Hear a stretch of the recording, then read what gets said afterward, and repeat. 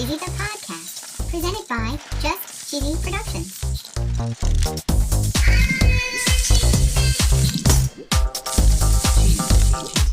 Hi there, I'm your host, Fondue.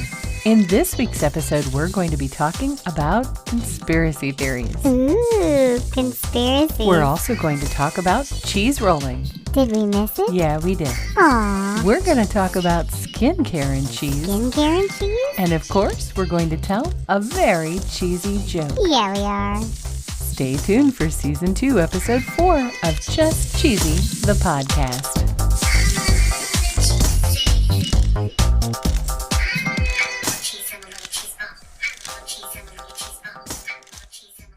So cheesy. Do you remember a couple of episodes ago when we talked about conspiracy theories and cheese? I sure do. Well, I have a couple more to talk about today, and these are some doozies. Hit me with it. Well, way back in Season 1, Episode 12, we talked a little bit about government cheese. Oh, that's right. And if you remember, the government had a whole lot of it. Yeah, they did. And by a whole lot, I mean 500 million pounds 500 in million. hundreds of warehouses in over 35 states. Holy cow. And that surplus is what led to the government cheese program of the 80s. Right, I remember. They distributed 300 million pounds of cheese. But it seems like the story hasn't gone away. Really? There are some theories that the government still has 1.5 billion pounds of cheese in storage. The holy cow. Are you serious? Yep. According to an article in modernfarmer.com by Emily Barron Kadloff. So according to the article, the USDA continues to hold millions of pounds of cheese and other foods in cold storage. Okay. And this is in Springfield, Missouri. Okay. Technically, not all 1.5 billion pounds of it are from the USDA. Okay. It also belongs to private companies. Sure. So they say that even though the government cheese program basically ended in 2014, the government still hoards cheese today. And as an aside, they also have 355 million pounds of butter, What? 211 million pounds of pecans, What? and just less than 1 billion pounds of French fries. French fries?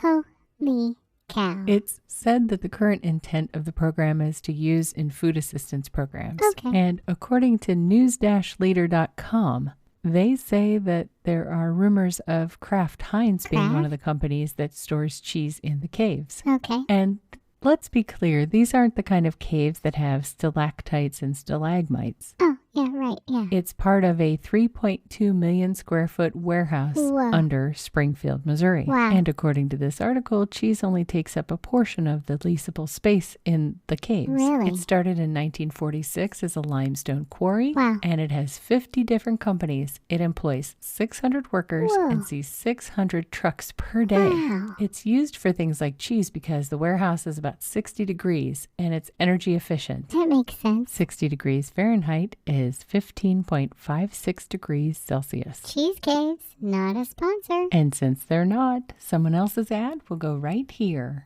Hello internet friends and welcome to Go Ask Alice, the show where we jump down random internet rabbit holes and bring you wonderful factoids from our adventures in Wiki Wonderland. This is the show where we pretty much just wander around Wikipedia, but we try to put rules on it. We start out on the same page every week, and we click away from that page using links in Wikipedia until we stop on something, probably unintentionally, that we cannot stop ourselves from reading. So, along with just doing what we love best, which is Googling random things and going down rabbit holes, we're actually getting to know each other in front of all of you, which is great fun. Our travels through Wikipedia could lead us anywhere, so you never know what interesting topic you're going to hear about. Places we've previously visited on Wikipedia include... I ended up on a book called The Book of Wonders, or The Book of Surprises. The legend of the Cock Lane Ghost. Mimics from D&D. Curse tablets. I ended up in something called the Munsell color system. I ended up on product placement. Listen by searching for Go Ask Alice wherever you get your podcasts, or by going simply to tinyurl.com/goaskalicepod. Now, back to the podcast. I think government cheese is actually a really good segue into our next topic. Ooh. You know what that is? Nope. Got Milk, the campaign. Got milk? Yep. According to FFAcoalition.org, this is the Factory Farming Awareness Coalition. In an article by Noah Dalzell from 2021, it says here, and I quote, The Got Milk advertising campaign is a well-known example of a checkoff program, part of a long-standing government campaign to encourage consumers to disproportionately purchase animal products. You lost me at checkoff program. Yep, I was right there with you, so I looked it up on Wikipedia. Good call. Okay, it says that the producers of a particular agricultural commodity basically do what they call a checkoff. Okay. And that term is used to refer to a tax on sales of agricultural goods that finance a generic commodity marketing program. And then that's the commodity checkoff programs that are mandated by the USDA Mandated. to promote sales of milk, beef, soybeans, or sorghum.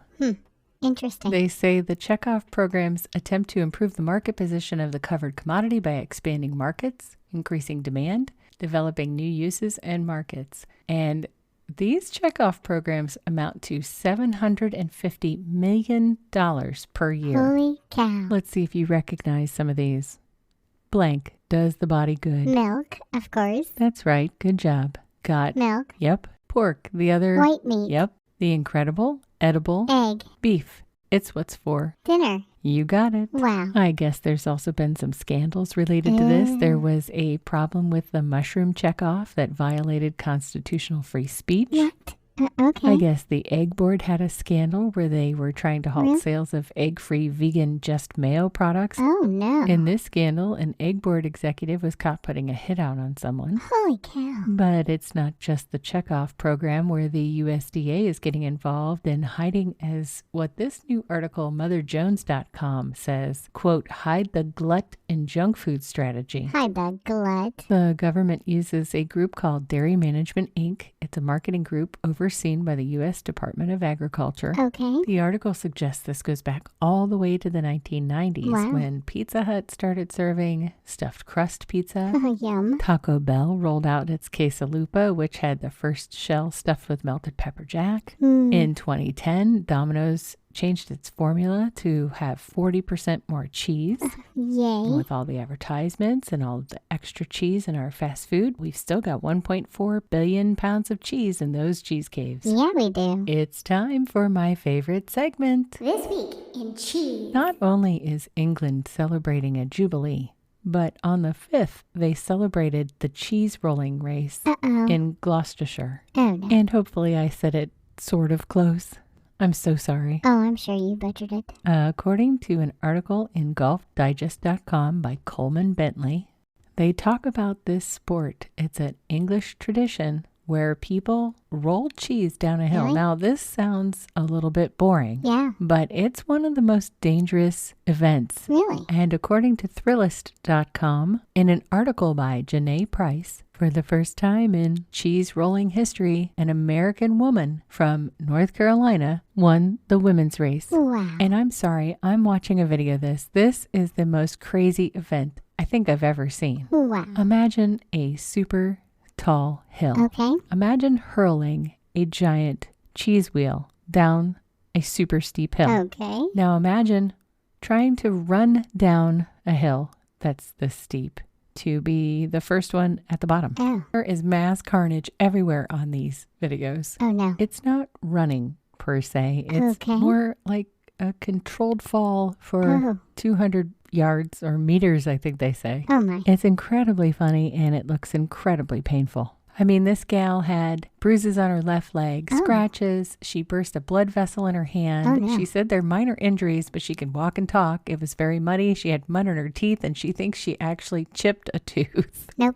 Mm-mm. No. Congratulations, Abby Lamp. And the men's winner was Chris Anderson, who was the 23rd time reigning champion, and he said it would be his last time competing in the race. Congratulations. According to Snopes, back in 2021, Velveeta had been toying around with a skincare line. What? But it turns out it was only an April Fool's joke. Makes sense. And the reason I bring this up is because this week, Velveeta teamed up with a group called Nails Inc. Okay. to have Pinky's Out Polish Creamy Smooth Cheese Scented Nail Polish Duo. Oh, my. That's right, Velveeta has a nail polish. Holy cow. According to the nailsinc.com website, This nail polish looks as smooth as Velveeta feels. They also come with a warning to not eat it because it's nail polish. I'm ready for a joke, Fondue. Why did the girl nickname her date Velveeta? Don't know. Because he was super smooth. Get it? Super smooth? Ew, that was silly. Nope, it was a little bit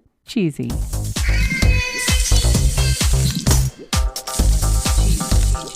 Thanks for listening to Just Cheesy the Podcast, Season 2, Episode 4. Thank you. We appreciate all of you cheese balls around the world. Stay cheesy, everybody.